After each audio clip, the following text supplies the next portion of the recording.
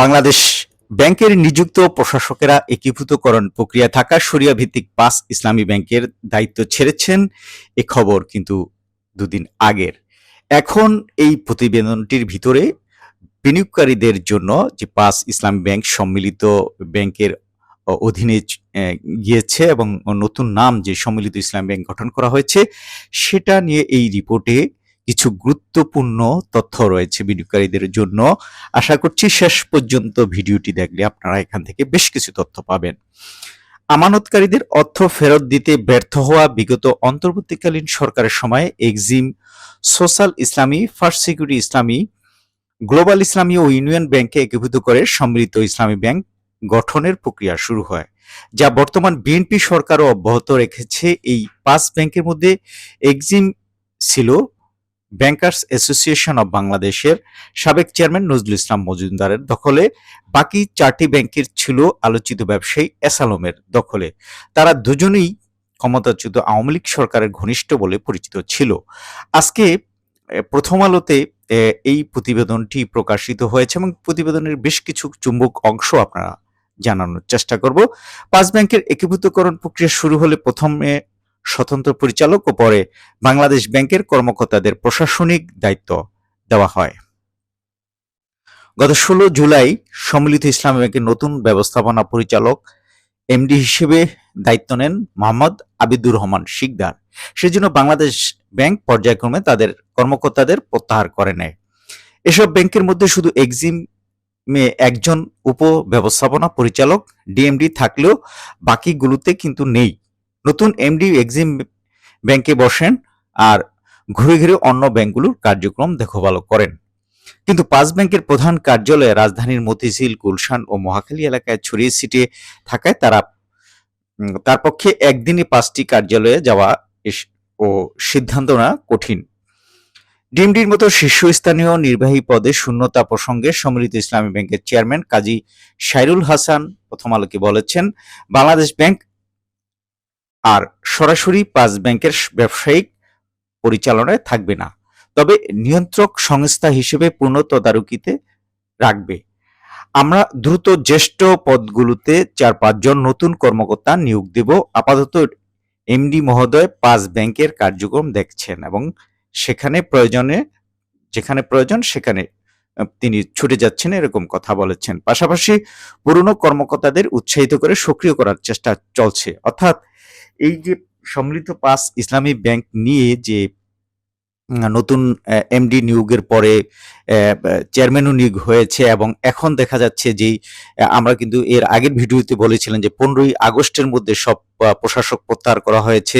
সেই প্রশাসকও প্রত্যাহার করা হলো, কিন্তু এটা কিন্তু খুবই ইতিবাচক দিক যে এটার আস্থা অর্জনের জন্য যা যা করা দরকার সবকিছু কিন্তু করছেন।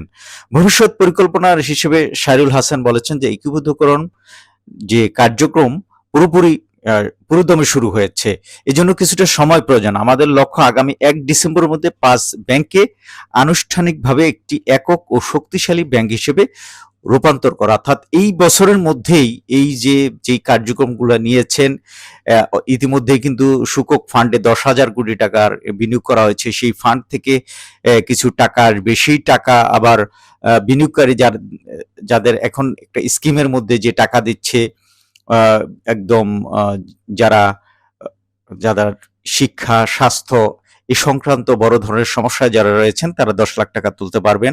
আর বাকিদের কিন্তু ২ লাখ টাকা প্রতি ৩ মাস অন্তর ১ লাখ টাকার যে স্ল্যাব স্কিমে দেওয়া হচ্ছে সেভাবে কিন্তু এখন চলছে। এবং বাংলাদেশ ব্যাংক সবাই কিন্তু বলছেন যে এটাকে যারা আমানতকারী তারা কিন্তু বিভিন্ন ধরনের বিক্ষোভ করছেন। বিক্ষোভ করার ফলেই কিন্তু একটা বিষয়টি বুঝতে পারছে সরকার সহ সংশ্লিষ্ট ব্যাংক খাতের। আর ব্যাংক খাত যদি সুস্থভাবে ব্যাংকের যে আস্থা সেটা যদি পুরো শুধু এই ৫টা ব্যাংক না, পুরো ব্যাংক খাতের বাংলাদেশের পুরো ব্যাংক খাতের যেই আস্থাটা সেটা ধরে রাখতে হলে কিন্তু এই যে ৫টি ব্যাংকের যে সমস্যাটা এটা সামাল দিতেই হবে। এবং এর ছাড়াও কিন্তু বেশ কিছু ব্যাংক রয়েছে খুবই ভঙ্গুর অবস্থায়, তারাও কিন্তু ঋণখেলাপি আছে। হাতে গোনা দেখা যাচ্ছে কিছু ব্যাংক ছাড়া প্রত্যেকটি ব্যাংক কিন্তু ঋণখেলাপি ছাড়াও আপনারা দেখেন যে প্রান্তিক গুলোতে দেখেন কিছু কোম্পানি ভালো করছে কিন্তু বেশিরভাগ কোম্পানি কিন্তু খারাপ করেছে। তাদের অ্যা আ এমনও আছে যে আ যে ঋণের বিপরীতে যে সঞ্চয়টা রাখতে হয় বাংলাদেশ ব্যাংকে সেই টাকাটা পর্যন্ত নেই। আমরা ব্যাংক খাতের গুরুত্বপূর্ণ যেই খবরগুলো সেগুলো জানানোর চেষ্টা করব। পাশাপাশি এই ধরনের আলোচনা করার চেষ্টা করব। আপনারা আমাদের সাথে লাইক করে, সাবস্ক্রাইব করে, শেয়ার করে যদি ভিডিওগুলি শেয়ার করেন তাহলে আমাদের আরো উদ্বুদ্ধ হবে। আর খাত সংশ্লিষ্টরা বলছেন যে একীভূতকরণ প্রক্রিয়া সম্পন্ন না হওয়া পর্যন্ত ব্যাংকগুলোতে কঠোর ও নিবিড় তদারকি বজায় রাখতে হবে। তা না হলে ২ বছর ধরে নেওয়া এই বিশাল উদ্যোগ মুখ থুবড়ে পড়তে পারে, যা পুরো ব্যাংক খাতে নতুন করে আস্থার সংকট তৈরি করতে পারে। কিছুক্ষণ আগে আমি যে কথাটা বললাম, বিশেষজ্ঞ কিন্তু সেই কথাটাই বলছেন। অন্যদিকে বাংলাদেশ ব্যাংকের সাবেক প্রধান অর্থনীতিবিদ মোস্তফা কে মজুরি বলেছেন যে একীভূতকরণ প্রক্রিয়াটি যেহেতু শুরু হয়েছে সেহেতু এটি যেকোনো উপায়েই হোক সফলভাবে শেষ করতে হবে। নতুন চেয়ারম্যান এমডি-কে দায়িত্ব নিয়ে দ্রুত শীর্ষ পর্যায়ের যোগ্য জনবল নিয়োগ দিতে হবে এবং কোনোভাবেই যেন রূপান্তর প্রক্রিয়াটি লাইনচ্যুত না হয় এবং কেউ বিশৃঙ্খলতা তৈরি করতে সুযোগ না পায় সেদিকে খেয়াল করতে বলেছেন। এখন একটি বিষয় হলো যে ১ ডিসেম্বরের ভিতরে এটা একটা শক্তিশালী যে ব্যাংক সেটাতে রূপান্তর করার কথা বলছেন চেয়ারম্যান এবং এমডি কিন্তু আবিদুর রহমান উনি নানা দিকে মানে আন্তর্জাতিক মানের একজন এমডি। এর আগে ডাচ বাংলা ব্যাংক সহ ব্যাংক খাতে বিভিন্ন তার স্কিল রয়েছে এবং তিনি আশা করছেন যে ব্যাংকটি উনি যেকোনোভাবেই এই সমস্যা উত্তরণ করে আমানতকারীদের যে অর্থ তা যাতে ফিরিয়ে দিতে পারেন সেটা এবং যাতে আস্থা অর্জন করতে পারে এই ব্যাংকটি সেই চেষ্টা করবেন। সময় বলে দেবে আমাদের এই খবরটি কতটুক সফল হয় সেটা এবং ব্যাংকটি কতটা সফল হয় সেটা আরো জানানোর চেষ্টা করব। আমাদের সাথে থাকার জন্য আপনাদের অনেক ধন্যবাদ।